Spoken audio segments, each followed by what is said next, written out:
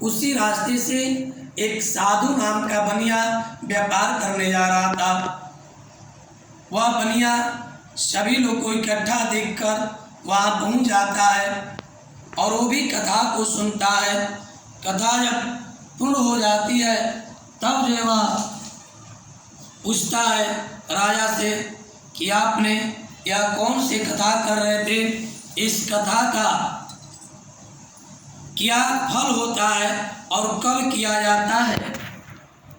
वह राजा बोले कि यह कथा भगवान सत्यनारायण की है और जो भी भक्त जिस कामना से इस कथा को सुनता है उनकी हर मनोकामनाएं भगवान विष्णु पूर्ण करते हैं।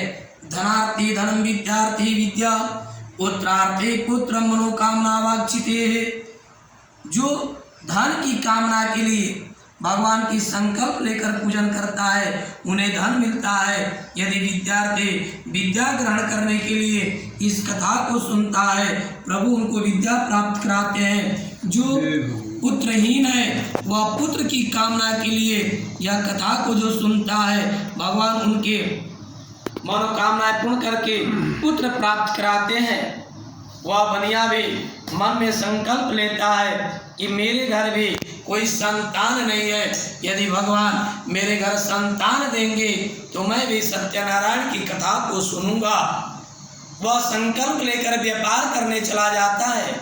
जब व्यापार करके अपने नगर में आता है, अपने घर आता है, अपने पत्नी से कहता है कि भार्या मैंने एक संकल्प लिया है।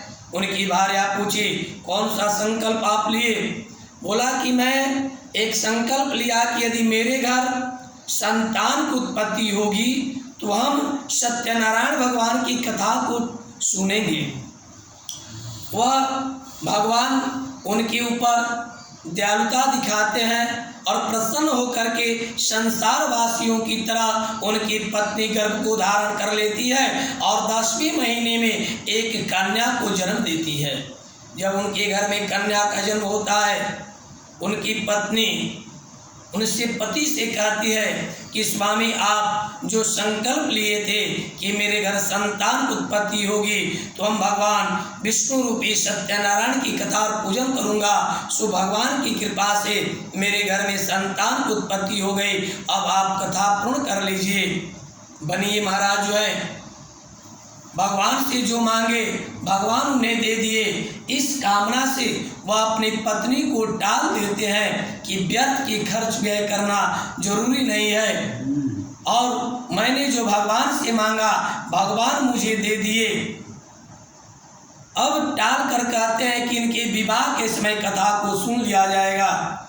भगवान तब तक आस लगाए बैठे थे कि इनके घर में संतान होगी तो मेरी पूजन करेगा।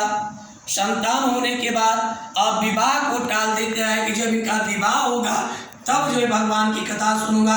अब भगवान आसरा लगा करके विवाह की इंतजार करने लगते हैं तो उस कन्या को भगवान अपने सानिध्य में पालने लगते हैं। जिस कन्या को सियाने होने में कुछ समय लगने वाला था उस कन्या को भगवान अल्प में ही सियाने कर देते हैं। जिस प्रकार से चंद्रमा प्रतिपदा को एक हंसुए के बराबर रहते हैं और पूर्णिमा में पूरे आकार हो जाते हैं, उस प्रकार से पूरे कला से परिपूर्ण करके उस कन्या को विवाह के योग कर देते हैं और उस कन्या का नाम कलावती रखा जाता है।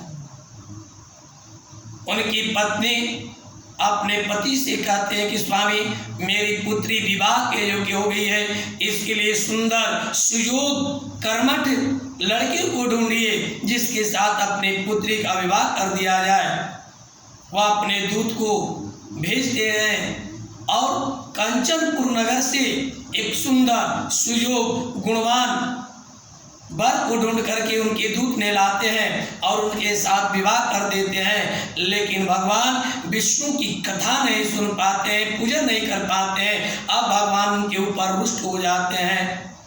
रुष्ट होने के कारण इतनी उनको भयंकर दुख भोगना पड़ा, उनके घर में खाने का धन नहीं रहा। उनकी पुत्री और पत्नी भिक्षा यापन करने लगती है। इधर इनकी ऐसी दशा हो जाती है कि यह दोनों निर्दोष होते हुए भी दोषी करार होते हैं और जेल खाने में पड़ जाते हैं। जिस गण पुराणे रेवा कंडे बोले श्री सत्यनारायण भगवान की जय।